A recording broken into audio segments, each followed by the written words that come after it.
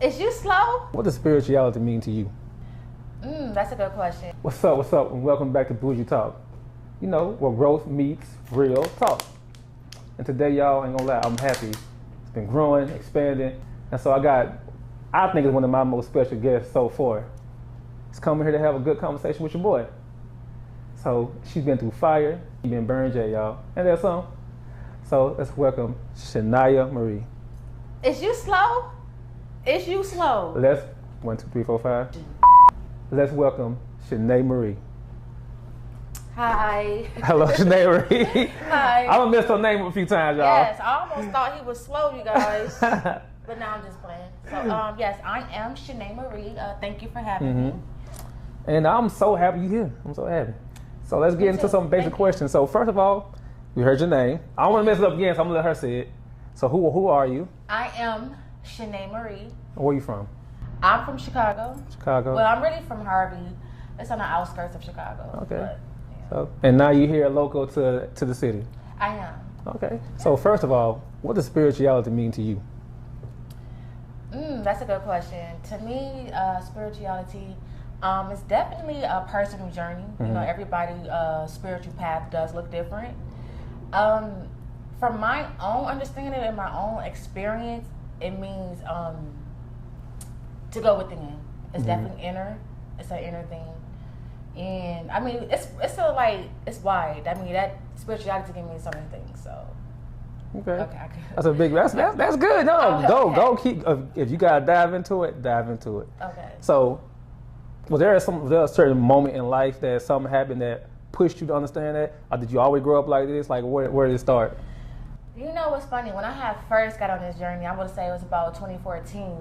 I thought it started then, but as I progressed on the journey, I realized it actually started when I was younger. Oh, It's wow. just a lot of stuff that took place, and we always say like, "Oh, that was a coincidence." But I would say when I was consciously trying to you know, be on this path, it was 2014. And it started off so simple. It started off from this book called The Secret. I don't know if you're familiar with that book. No, so tell me about who wrote that book. Her name was Rhonda, so I don't remember her last name, but it was big. Like everybody was on the movie The Secret, and basically it talks about the laws of attraction.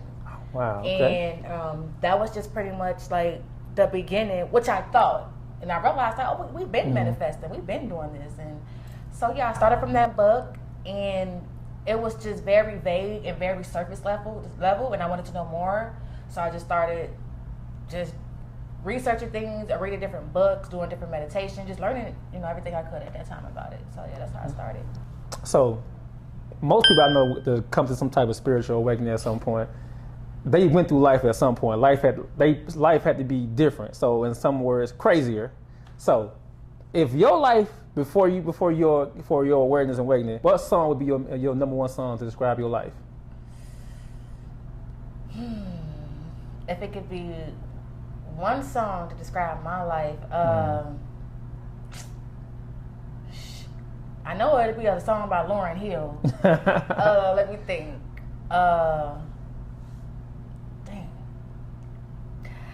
I don't know. I'm gonna have to get back to you with that question because I don't want to just say anything, but because my life is really like a emotional roller coaster. Okay. By Vivian Green. Yes.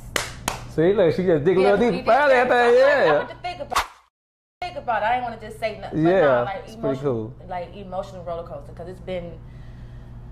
That's what it's been, and that's just life. Period, for real. Cool. So, what's your natural energy now that when you walk into any room, we walk to any place, any time through our life, what's that natural energy that you have? If you could describe it.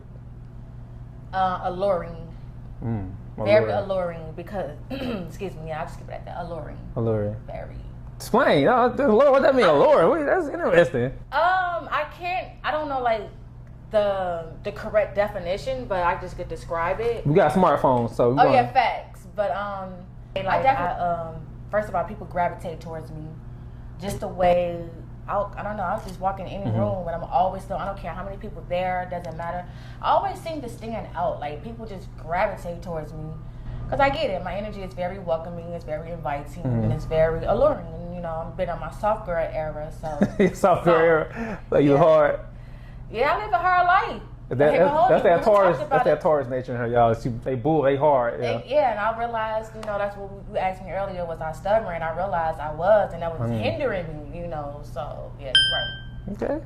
A lot of But we got here the definition of alluring. I like the way you explained it. Powerful, mysteriously attractive, or fascinating, seductive. Right. You know what's crazy? Because I've definitely been told I'm mysterious. Like when people look at my page, I've been told like, "Damn, you have there's something about you. It's just mysterious." And I've been told that before. So yeah, I guess I can agree with that. Because when I first met her, y'all. I was about to say, I was going to ask, what do you think about that? When I first met her, it was just something about her. Apart from she's very pretty, attractive. Apart from the attraction that I had, it was something about her that just kept pulling me to her. I couldn't explain what it was. I thought like maybe she's just like a spiritual thing. It could have, but it was something about her just drew me to her. Like I want to know more about this person. So I would say yes, you definitely have that natural energy. That's cool. That's pretty cool. Okay. Yeah.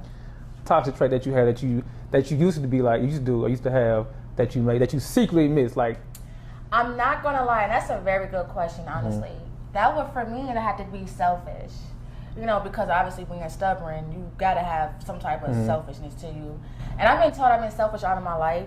So I came to the Yes, honestly, yeah. I was. I can agree. Very much selfish, very much stubborn. And the reason why I say I would miss that trait is because I felt like because I was selfish, I always put me first. And I was getting things done because I was so selfish. Like, yeah, I can help you out, but like once I'm in order, like everything I need to be done. I mean, God, I'm kind of getting nervous. It's all right. You good? That out. Okay, so and then I became more selfless, which is great. But then I became too nice. Now it's like I'm putting everybody before me. Yes to everything, not really saying no for real. So I'm just like, man, I kind of like when I was selfish because I didn't care about your feelings, respectfully. And it ain't that I didn't care about your feelings. It was just I just put me first. It was all about me. Like I was the center of my life. I was the main character of my life, and I got shit done that way. So when you were saying yes all those times and putting other people first, why did you feel the need to do that? What part of you made you want to do that? Again, because after a while, like even when I was younger, like my friend group, like 12, 13 years old, I always had this one friend that always said I was selfish. My mom, remember kind of growing up, she'd be like, oh, you're selfish, you act like your daddy, and been in relationships, even moved to Atlanta, got in a relationship. Oh, he's like, you're selfish. So I don't know if it's the whole law of attraction thing, because sometimes she could just follow you, or I was just really selfish. So I changed myself. Well, yeah, I tried to change myself. I'm like, well, let me become more selfless, and it worked because I get it, but I'm like, dang, now I'm saying yes all the time, and it's like now it's sometimes saying yes and not really just overcommitting myself, and now I'm drained. And so at that point you began to start living your life based on others' opinion about you. Yes. And at first I didn't care about none of that. If I said that's what it was. If I was to put my mind to it, I'm doing it. I was very determined. It was all about me. Like I wanted to be successful. And so, but why? So why did you see being that way as being a bad way, a negative way? That's what happens when you don't know yourself. Because come to find out, that was actually a great trait. Because what's wrong with putting yourself first? What's wrong with saying no? And it wasn't, what's wrong with being opinionated? What's wrong with being authentic?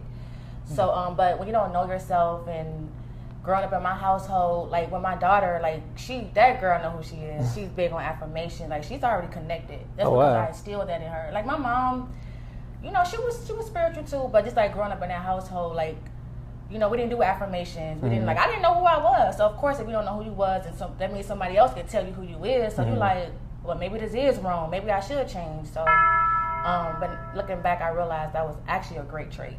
Yes, it really is. I would admonish anyone. Yeah, be selfish to whom you are, and the person should treat you as you want to be treated, how they want to be treated. So, if the next person wants to be selfish to them, why can't you be selfish? So we can be selfish and still coexist and have a great life together. Yes, because I wasn't a mean person. I wasn't like horrible. It's not like I wasn't supportive or a team player. It's just that they knew like she ain't gonna take care of herself first before anything. Wow. Okay, that's awesome. So, what was that moment, when you had stepped outside yourself and like, who am I? Why am I living my life based on other people's opinions? When it wasn't working out, when it was because it was resistance. It wasn't who I was. It wasn't a natural flow. So when I'm like, dang, why everything not working out, or why am I attracting certain people, or just like, you know, I had to look back at my life and start reflecting. Then I realized you're not being authentic. You know, this is who God created you to be. You know, and everything that came with that. So yeah.